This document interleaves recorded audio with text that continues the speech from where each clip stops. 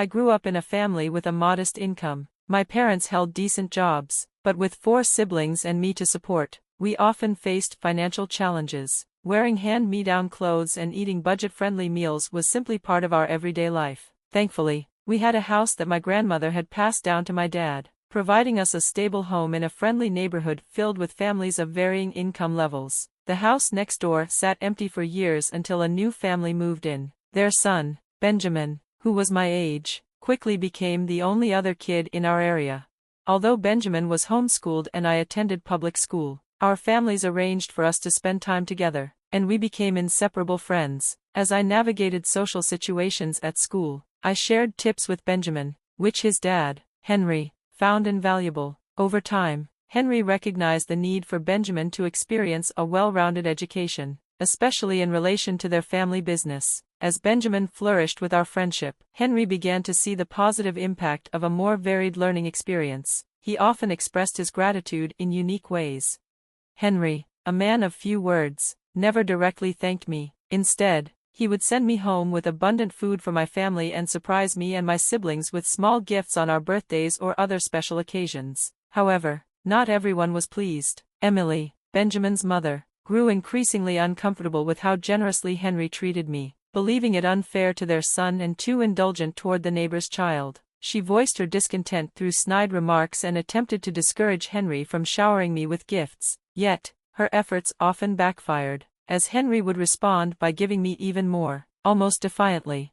Beyond how Henry treated me, Emily faced her own struggles in her marriage. Their frequent arguments created a tense atmosphere that affected Benjamin, causing him to become more withdrawn. After many attempts to reassure him, I earned Benjamin's trust, and we grew closer. As time passed, I found myself developing romantic feelings for him, but I never acted on them. There was one instance when Benjamin came to my house visibly upset after a fight with his mother. He seemed restless as he paced in my room.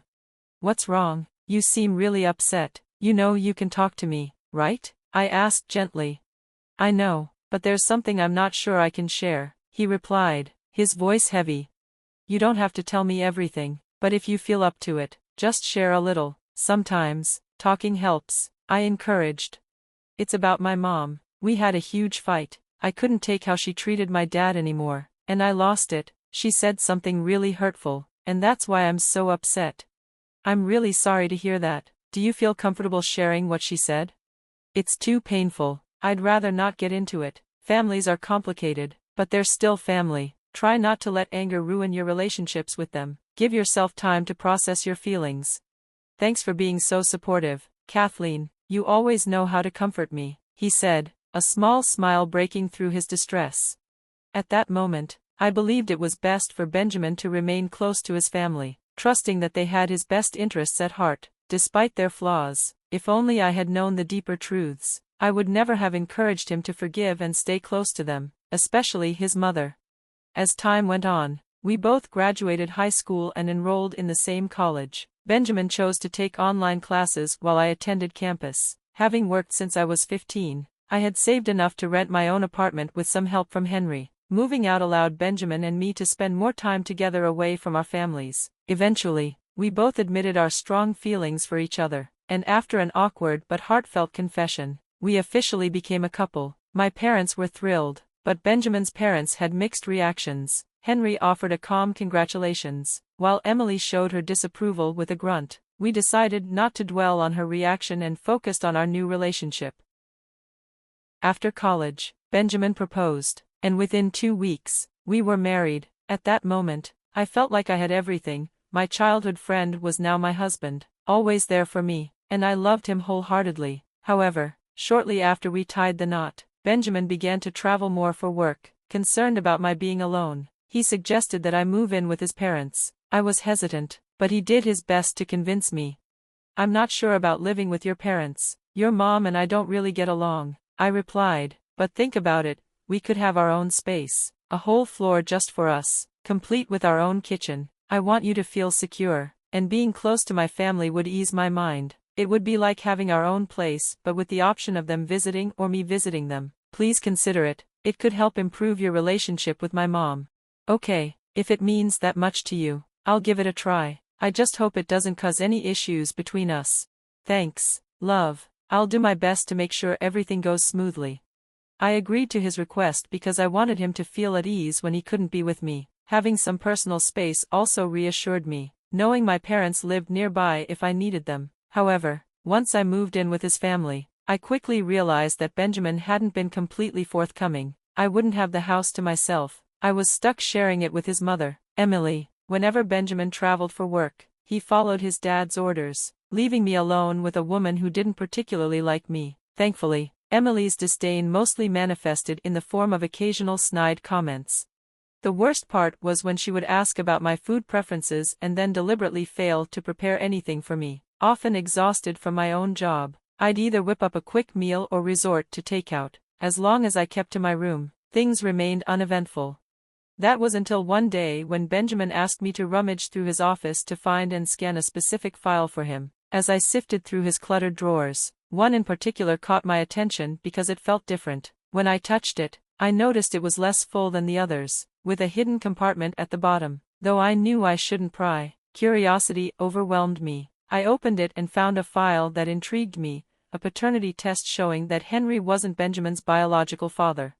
I was shocked. How could Benjamin have kept such a significant secret? I wondered if Henry even knew the truth. Before I let my thoughts spiral, I decided to return the file and send Benjamin the scans he needed. My instincts urged me to snap a quick photo of the paternity test first. After tidying up, I found the document Benjamin required and sent him the scanned copies.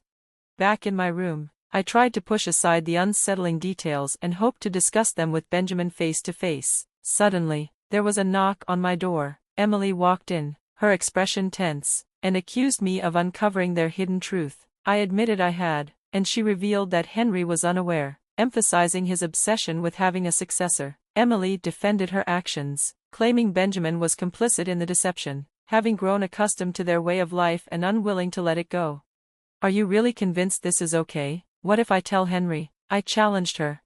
"Oh, please, do you honestly think someone like you could disrupt our little fantasy? I'd simply convince Henry that you're making up stories to cause trouble. He'd choose us over you in a heartbeat. Your little scheme is doomed to fail. Keep dreaming. I've never liked you, Kathleen. I've been trying to steer Benjamin away from you for years. This is the perfect excuse for him to find someone from his own social circle. The truth will always come out. It always does. Save your fairy tales for someone who cares. Good luck with that. If you're smart, you won't meddle in this." With that, she left the room, and my heart raced with a whirlwind of questions.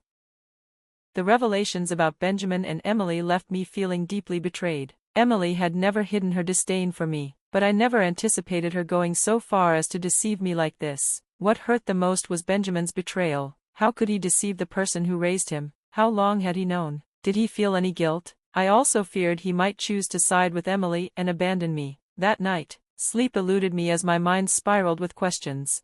The following day was a blur. When Henry returned from his work trip, I couldn't meet his gaze. Guilt gnawed at me. I wanted to confess everything, but I feared Emily would twist the narrative and portray me as the villain. That evening, Henry suggested we have dinner together. I sat silently, responding only when he asked about my work. During dinner, Emily shared her desire for a vacation with Benjamin. "Henry, I really miss Benjamin. I think it would be wonderful for us to enjoy a 6-week trip to Hawaii together. He's been working so hard. He definitely deserves a break, don't you think?" "But doesn't Benjamin have a lot of work commitments?" "I'm not an expert, but won't the business be affected by his absence?" Henry replied, looking concerned. Henry ran the business for years before Benjamin joined. "A short break shouldn't be a problem," Emily insisted. "You're right, and Benjamin could use the time off." "Okay, go ahead, I'll take care of things here." "Thanks, Henry." "Kathleen, why don't you join them?"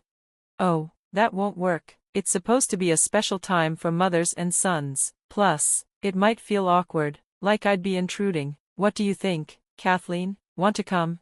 "Oh, she probably has her own plans. Let her decide," Henry interjected.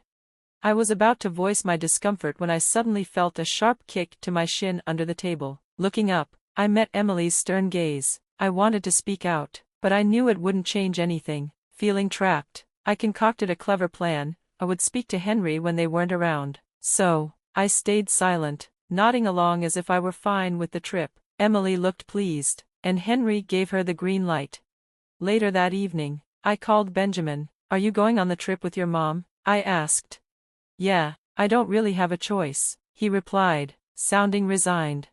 "That's not true. You can choose not to go along with her plans. Things are messed up, and honestly, part of that is because of your choices." "What do you mean? How is any of this my fault?" Benjamin asked, confusion lacing his voice. "If you had respected my privacy earlier, none of this would have happened. There's a lesson I didn't share with you. 5 years ago, during a big fight with my mom, she revealed that I'm not actually Henry's son.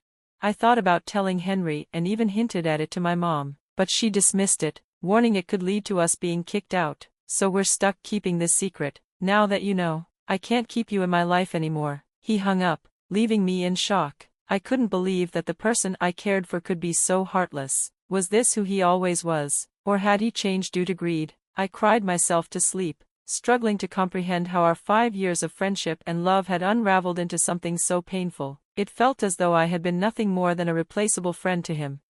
The next day, fueled by anger and a desire for payback, I caught Benjamin quietly preparing for his trip with Emily. Although sadness weighed on me, I resolved to take the high road. Henry would be away on a brief business trip for the next 5 days, so I would have to hold off on my plan until he returned. Once Benjamin and Emily left, I occupied myself by going through their things. Unfortunately, the hidden compartment in Benjamin's drawer was empty, and the file was missing. It seemed Emily had disposed of it, but it didn't matter, I still had a picture of it.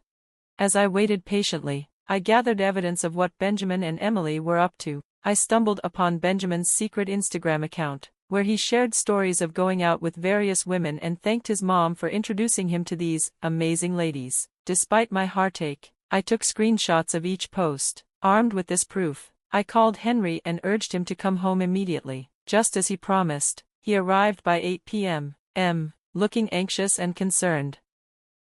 I confessed to Henry that things were not going well and revealed the true purpose behind Benjamin and Emily's trip, to help Benjamin find a new wife. Henry's face fell as he processed the screenshots I had shown him. His initial surprise morphed into disbelief, then anger and disgust. Stammering, he demanded to know how anyone could do something so despicable. I urged him to sit down, emphasizing the importance of the revelations I was about to share.